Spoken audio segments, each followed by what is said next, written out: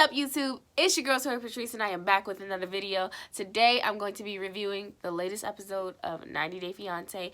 And guys, I didn't review last week's because I mean nothing really happened that was too significant or interesting, but this week made me upset. Okay, so first up, let's get to Robert and Annie because their segment made me the most upset.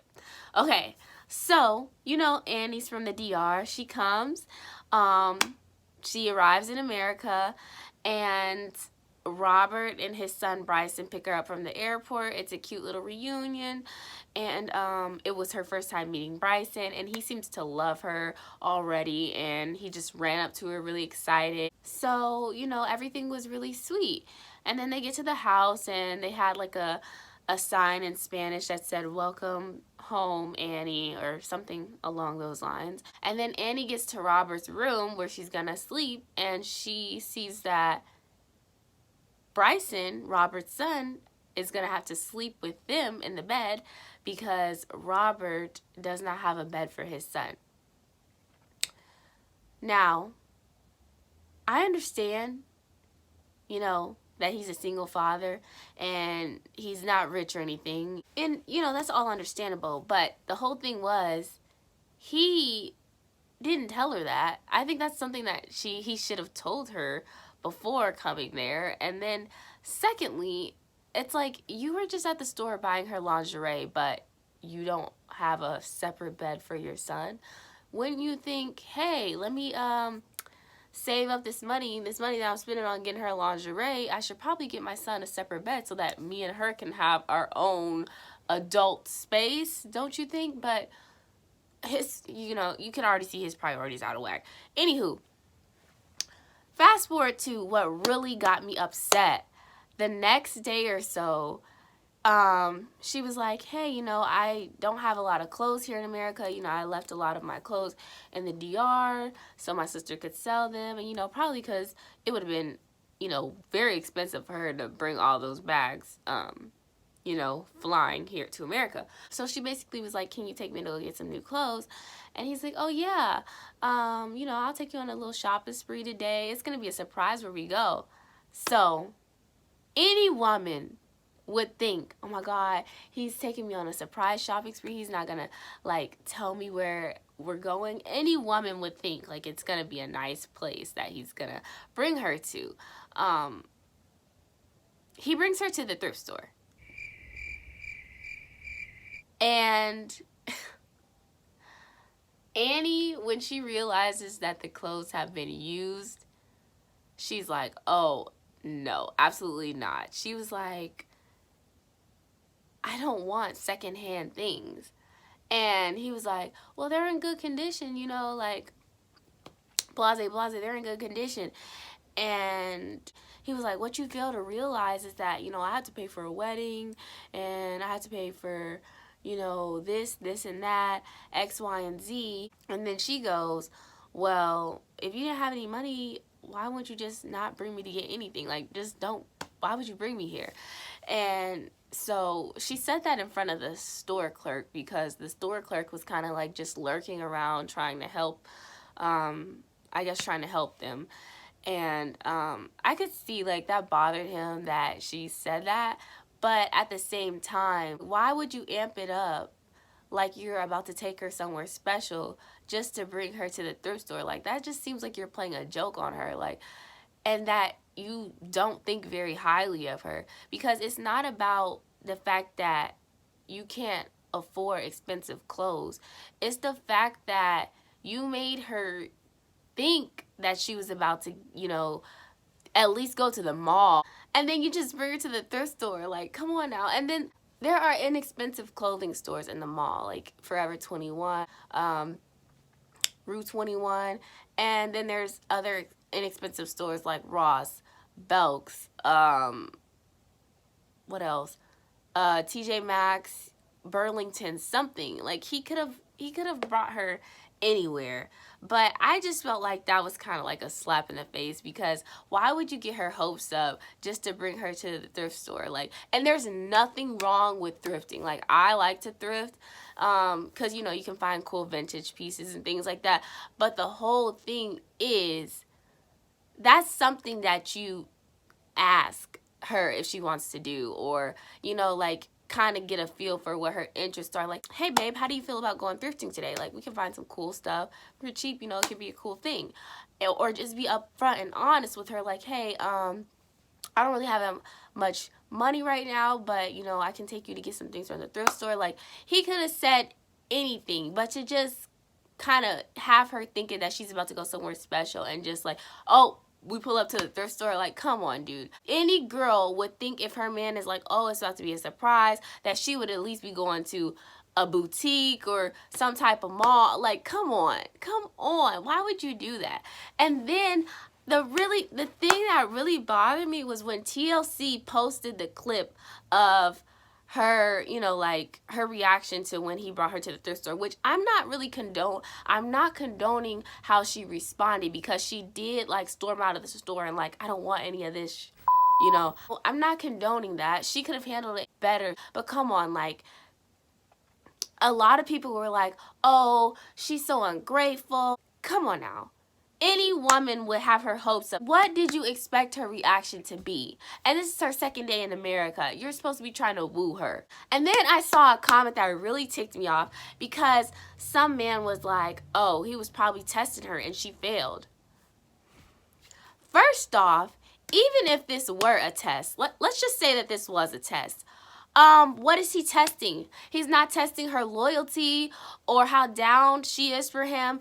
If he's taking her to the thrift store as a test, he's trying to gauge how low can he set the bar for this relationship. How little will she accept? Because think about it. If he sees that, oh, she's cool with, you know, me taking her to the thrift store, why would he ever give her more than that? Why would he ever give her luxury? So what is the test? The test is to see how much she'll tolerate, to see how much he can get away with. And see, y'all running games, and I don't like that. I do not like that. A man that's trying to test you like this is trying to see how little you will accept from him. And once he see how little you'll accept from him, he's not going to give you more. He's not going to give you higher than that. So that whole argument is just like, dude, get out of here. Like, he was wrong, period, point blank. She shouldn't have, you know, cursed and said, I don't want this. She could have handled the situation better, but at the end of the day, he was wrong. What did he expect from that? Like, come on now.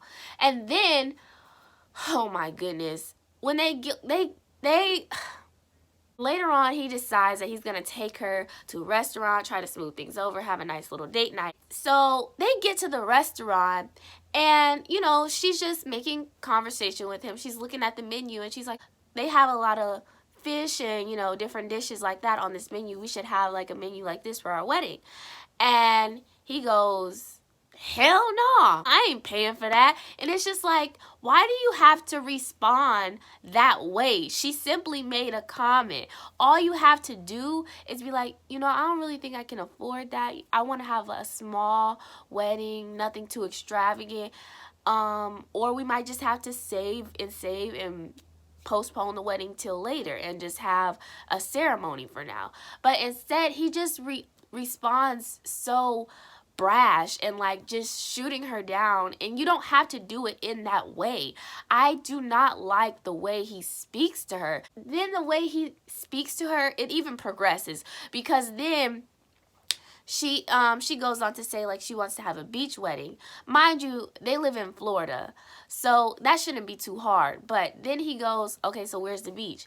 And she goes, you know, like Miami Beach. And he's like, Miami? Like, what do you mean? He was just like really just invalidating her desires, and that's not okay. If your partner's communicating to you their desires and something that they're interested in, you don't have to make them feel terrible for desiring or wanting something.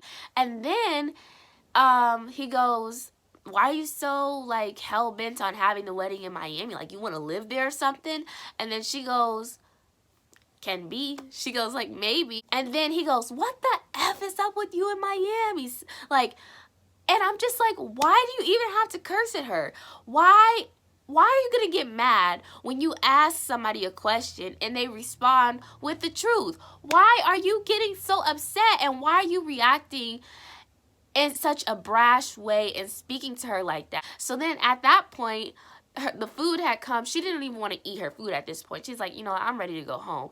And some people are like that. Once they get upset, they're just over the whole night. And I understand that, because if you bring her to what's supposed to be a romantic dinner and then you're just shooting down everything that she suggests, and you're doing it in a way that just completely invalidates her desires in such a harsh way. You don't have to speak to her that way just because she wants something. And I feel like he has this pattern where he's insecure about his finances, and therefore he takes it out on her instead of, you know, reacting in a more humble way and just showing some humility and vulnerability and being like, look, babe, I can't really afford that. He starts speaking to her in a really brash way, and I really do not like that. I hope he gets that together, because I don't like that at all. Like, it's not her fault that you didn't communicate to her beforehand that you didn't have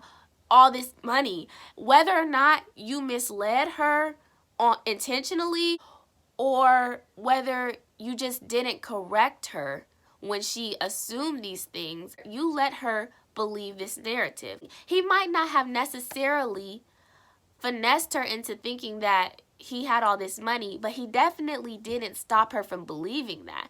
And you can tell when somebody thinks you have more money than you have, because I mean, before she even came, she was talking about iPhones and, you know, things that she wanted him to buy for her. And it's like, you knew beforehand that she thought you had this money. So why didn't you correct her? Why didn't you stop her from believing this narrative? So it's like, now you're getting all upset, but you never did anything to correct her perception of your finances. And now you're upset and taking it out on her. And like I said, he does this thing where he's taking out his insecurities about his finances on her. Like when she mentioned before she got to America, when she was on the phone with him, she was like, oh, I want you to buy me an iPhone when I get there. He's like, nah, I ain't buying you no iPhone. Like, instead of just being vulnerable and real and being like, listen, you know, I would love to buy you that, but I can't afford it right now. He reacts in such a brash way. And that's something I'm noticing about him, and I do not like it at all. So, honestly, that's the whole Robert and Annie segment really ticked me off. But let's move on to Anna and Mursel. Their segment also upset me, because it's becoming clear that Mursel, if he had it his way, her kids would not even be in the picture. Like, he wanted her to move to Turkey for him. And the only reason he agreed to move to America was because she was like, no, I'm not leaving my kids. He has not even told his family about her kids, because, oh, he could get expelled from the family and there's going to be so much shame in it and blase. And I understand not wanting your family to turn their back on you and all of that, but at the same time, it's like, if you're choosing to be with someone and you're saying I accept you, you need to tell your family that they have to accept this person as well. If they're going to be literally your spouse, that is your family. So what do you mean? Like, what do you mean? He gets to the house and oh my God, their segment annoys me, because they have to use the translator for every little conversation that they have. So he's trying to talk to the sons, and like he said, you know, I really hope the sons like me. I want to be like an older brother to the oldest two and a father to the youngest. The conversation was limited. The oldest son was just kind of like, this dude, I'm not really interested in getting to know this guy, which I can totally understand that. But then it gets worse when Anna, she goes out to eat with her mom, and she brings her middle son, and Mursel. and the mom is kind of asking him questions about, you know, his culture and what the consequences are going to be if they find out about Anna's sons. And she was kind of asking some outrageous questions. She was like, will you stone my daughter? And he was like, no, I would never stone her. I love her.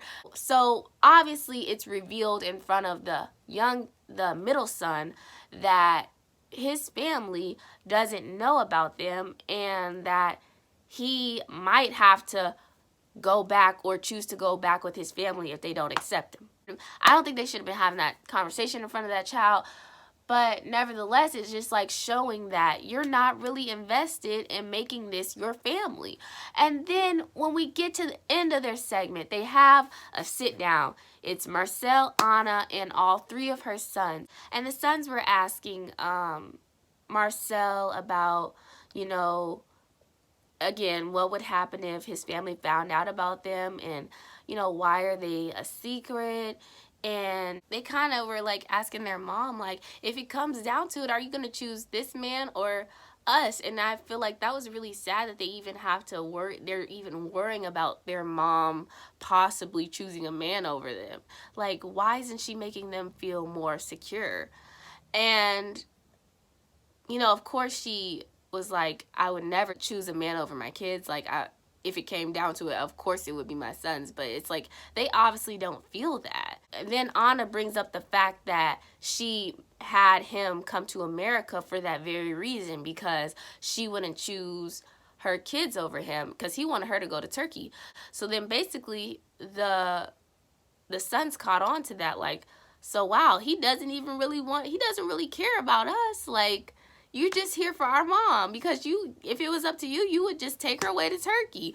And then it broke my heart when the little boy, her youngest son, was like, he asked Mursel through the translator, so you don't care about us, like just our mom? And then Mursel, he was like, no, I want to make you happy. And then they were like, you who? Like, you as in our mom, or you as in us? And then the oldest son answered for them, and he was like, he means mom. Obviously, it's obvious. And that just was really sad to see. And I just can't even see why Anna is even so in love with him to begin with. I mean, they can't even have a conversation without the translator. Anywho, we get to Julianna and what's his name? Michael. Julianna's the 23-year-old. Michael is the 40-something-year-old. And this guy is balling out. Like, sorry if you guys heard that screaming. That's my niece. My mom's with her. Like I was saying, so this guy is balling out. Like, he, in my opinion, he just got too much money to blow, because this man is just he's like extra. But I mean, he's trying to show his girl that, like, I got you. So anyway, he decides to rent a stretch Hummer limousine to go pick her up from the airport. And I mean, this thing could seat at least 20 people. Like, this thing was huge. It was so extra. Anyway, she's all excited. She brings like 3 huge suitcases, which I guess it doesn't matter how expensive it is because he's paying for it anyway. I mean, she already got his credit card and everything. At the airport, she's super excited to see him. Like, she honestly seems into him. Like, even though his finances might be a huge reason why she probably fell for him, it's clear that she's like actually really into it, because, you know, usually if you have to show somebody physical affection that you're not really attracted to or you're not really into, it kind of shows on your face, unless you're a good actress. But honestly, she's the one who's like all over him, and she's like kissing him, and she's just so excited to see him. So they finally get into the limousine, and then he says something really creepy, and I'm just like, ew. He was like, we could shoot a limo porno. Stop it! She kind of just like laughed it off, and she's like, shut up, you know. But it was really creepy, and you could see on his face that he was actually kind of disappointed that she wasn't down. Like, he tried to frame it as a joke, but he was high-key really serious. I think that's really why he rented out that huge stretcher limo. Like, he was really expecting to get some action on the drive from, I guess he picked her up from at the airport in New York, and he was going to Connecticut. So I think he was really expecting to get some action. It really rubbed me the wrong way, because he tries to make it seem like their relationship is not like a sugar daddy type relationship, and it's not that. Those aren't the vibes, but you're clearly making it the vibes. Like, why would you even? It was just it was a creepy joke. But anyway, so in the limo, he also presents her with the $4,000 custom necklace that he designed for her. And, you know, she seemed like she was happy about it. She was like, oh my gosh, like, I've never been treated this way. And she also tells about how, you know, she grew up really poor, and she was a seamstress and making like $10 to $20 a month. So it's like a dream come true. It's like heaven on earth for her right now. So she's getting to see things that she's never seen before. It's kind of weird seeing them together, because just that her face is so youthful. Like, she could pass for 14, honestly. And she's so like tiny and petite, even though she's tall. In her build, she's like super tiny, and it kind of makes her seem childlike. And then she also has a really cute, small, childlike, squeaky voice. It's like kind of like seeing him with an adopted daughter, but nevertheless, she seems, like I said, she seems really into him. She's like always kissing him, showing him affection, and whatever. But one thing I did notice on last week's episode, when it was kind of looking like discouraging for her to get the visa, which we know, of course, she finally got it because she's in America now. But when it was kind of looking discouraging, she was like, you know, kind of tearing up about it. And she was like, I just hope he doesn't give up on me. And honestly, from those words and the way she said it, like, give up on me, it kind of seemed like she's searching for a consistent, almost like father figure type male. Like, that's the kind of vibes I got from it. And then she also was like, I just can't wait to get to America so I can work and live with him. But notice she said work first. She said work first. So she is really thinking about her modeling career. Like, sis is trying to get in her bag, okay? She's into him, no doubt, but she's definitely trying to level up, okay? She wants this modeling career to take off, and she's super beautiful, and I believe she's had, you know, pretty good success with modeling in the past. But anyway, also on the Michael and Julianna segment, she met his children, and it was so cute. They made a breakfast for her, and they were like, hi Julianna, we made you this, and we made you this avocado dish because we researched that in Brazil avocados could be like dessert. And they did their research. The oldest son did his research, the daughter did most of the cooking, and it was just super cute to see them embrace her that way. And they were already bonding, and I'm like, oh my gosh, that's so cute. So wish them the best. Yeah. Other couple, we got introduced to another Mike, I believe. His name was Mike, and he was from, I believe, Squim. I can't remember how you pronounce it. He is engaged to this girl from the Ukraine, and forgive me because I do not remember her name, but it was really cute how they met. Basically, his best friend's wife is from the Ukraine, and they named him the godfather of their child, and they also named her Ukrainian best friend the godmother. And so I guess the wife kind of put him on with her friend, and then they just hit it off and they started talking. He eventually went to the Ukraine to visit her, and I guess sparks flew. And she's really beautiful. She gives me Allie and AJ vibes with the blonde, like curly, wavy type hair. And he is another guy who hasn't been completely honest about his financial situation. Apparently he has credit card debt because his father owned a lot of land. I guess he has like a tree farm, I believe, and he ended up buying that land from his father, and as a result, it kind of put him in debt. And, you know, he's really trying to live off the land and make it very profitable, but right now he's just not there yet.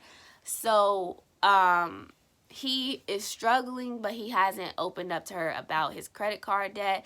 And from what I see, she wants to have a baby quick. It seems like kind of to appease her mom and like get her on board with their relationship so she can be excited about a grandchild and all that. And also because she obviously wants the child too. She said, you know, she's really looking forward to motherhood and it's going to make her really happy. So, you know, great for her, but he is not financially ready to have the child, and he hasn't figured out when he's gonna tell her about the credit card debt or whatever, but she is set on having that child, so he needs to communicate to her soon. And the other thing was, she got denied for her visa to come to the United States, so she asked him to come visit her. So he's going to go in more debt to get, you know, that expensive plane ticket and go see her. But he's doing everything he can, you know, to make the relationship work. Like, she really wants him to be there. She says she really needs him right now because she was really disappointed. She had packed up all her things and only to find out that she didn't get approved.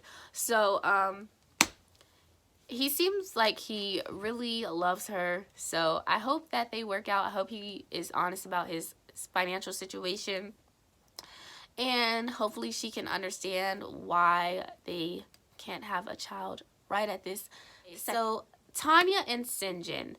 Last week, which I didn't review, you know, she did these big gestures for him. Like, she had this banner made, and it said, "Thank you for moving around the world." She had her friends hold up the South African flag and then the United States flag, and it was just like a really nice gesture. And she does seem really thoughtful, but I can also see that there's going to be some problems. For one, she seems like she likes her friends to be involved in her relationships a lot. As I said on my first video, she had them go to the airport with her, and they stayed at the hotel that she was staying at with Syngin after they picked him up from the airport. And then she also had planned for them to spend like a couple days together with him. So they went out to eat and did different little things like that. But I could kind of see that he wanted to spend some alone time with her, and, you know, her friends were around a lot, and, you know, eventually her friends left, and it was just them two, so they got to spend more one-on-one time, which was good. But when Syngin had mentioned that, you know, he was excited to finally get some time alone with her and, you know, not with her friends around and everything, she had the nerve to say, "Oh, he's a little bit codependent, you know, like he wants my attention all the time." You had the nerve to call him codependent? No, sis, you're codependent on your friends. You needed your friends to go to the airport with you. You needed your friends to stay around for 2 days so that they could, what? For what reason? Like, they could have met him later on. You should have had that time with him by yourself. And you had the nerve to call him codependent. Don't do that. And then I could already see that she's Freddie's a little bit controlling and demanding. She likes things her way or the highway on her time. She already has a timeline of when she wants a child. He's not even sure if he wants a child, and it's already creating friction. And I don't see them working out. I'm sorry to say it, but I don't see them working out. He seems like he's the type of guy where he doesn't want to plan anything out. She's the type of woman that's like organized. This needs to happen at this moment, and this is what it is.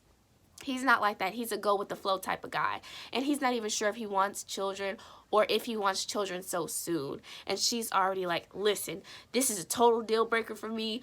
I want children, and this is when I want them." So I don't know. I don't really see them working out, but we will see. We will keep watching. Also on this episode, Emily and Sasha had their baby in Russia, It was quite the process. She ended up having to have a C-section because the baby wasn't positioned in the hip correctly or something along those lines. And fortunately, the delivery was successful and they delivered a healthy baby boy. I forget what they named him, but congratulations to them. Hopefully this whole relationship can work out. I believe last week she talked to one of his ex-wives about the possibility of the wife allowing the son that she has with Sasha to come back to the United States with him to visit and things like that. So, you know, that was a good mature thing on her behalf to meet the ex-wife, because, you know, she is going to have to be in his kid's life. And the ex-wife, one thing I noted about that girl was that she was telling some truths about Sasha. She was saying that Sasha's the type of man that when something better comes along, he's on that train. And I believe that because, I mean, this man has already had 2 wives, and I believe that it was the same type of situation where he saw a better opportunity or something that looked better and was like, let me go hop on this train. And I believe I can kind of see, I think he's a bit of an opportunity, maybe not even an opportunist, but a guy who's always looking to level up, and he thinks that women can just easily be replaced, and it's just like that. So I wish them the best of luck. Emily says he's a great father, so hopefully everything works out. Congratulations on the new baby. We will see this season what else goes down. Thank you guys so much for watching. Comment down below your thoughts, and let me know if you guys want me to keep doing these reviews. That's all I have for you, so I will see you guys next time, and be sure to like and subscribe. Bye guys.